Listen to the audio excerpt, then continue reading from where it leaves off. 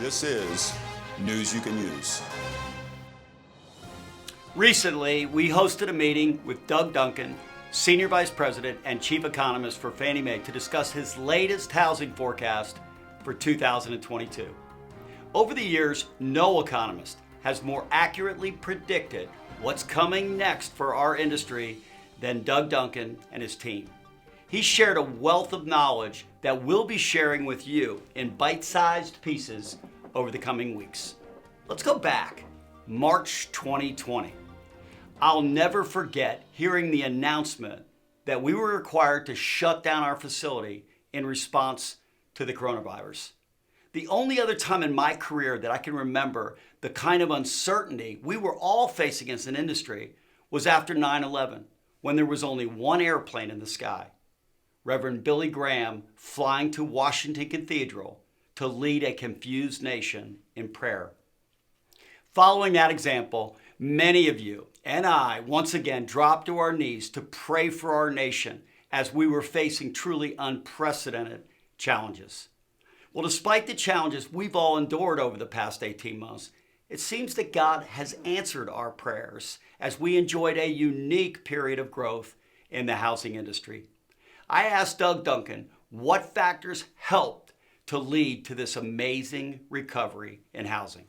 So there was a period of about 2 months where the information was being gathered at the household level, at the business level, at the policymaker level about what do we actually know about this disease? Because none of the models forecast any of this, because it's not, if you think about a model is just a complex averaging through past data.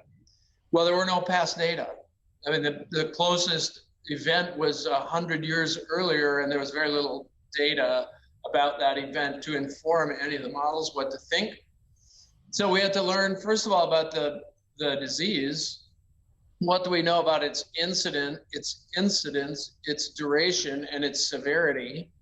And so we were learning that, in fact, it's more dangerous to older people, for example. We learned that in the next 2 or 3 months. Then we learned that the response to that was very much by people that they didn't want to congregate, or they were prevented from congregating by governmental decisions. And that meant that the employment impact was going to be more heavily focused on people who were in people-facing businesses, which are things like restaurants and airplanes and hotels and sporting events and all those kind of things. But and then policy, to the credit of policymakers, was one of the fastest and most effective policy responses probably during my lifetime, in terms of the PPP and the extended unemployment components, which immediately got to preserving both business and household financials to get them over that 20 million job losses. So one of the other response that goes directly to housing was the fact that interest rates, which were already low, went to historic lows, never seen before and unlikely to be seen again. So what you saw was income preservation, particularly for people who were salaried, which is where homeowners reside. The service sector homeownership rate is only 40%.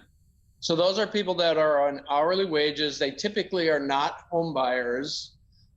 It's the salaried folks that are home buyers. So now you have salary maintenance through the PPP and those businesses which don't involve face-to-face consumer interactions.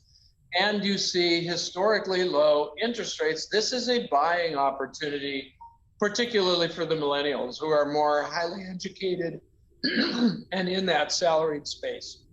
So that became a real driver for the pickup in home sales. And it launched a frenzy, which we're still in today. We often complain about our leaders, but I think we can agree we're truly blessed that this time around, the response to the COVID challenge by our leadership prevented a total collapse. And in fact, It helped us have one of the best growth periods in our industry. What does it mean going forward? Well, we'll discuss that next week as Doug Duncan shares his housing forecast for 2022.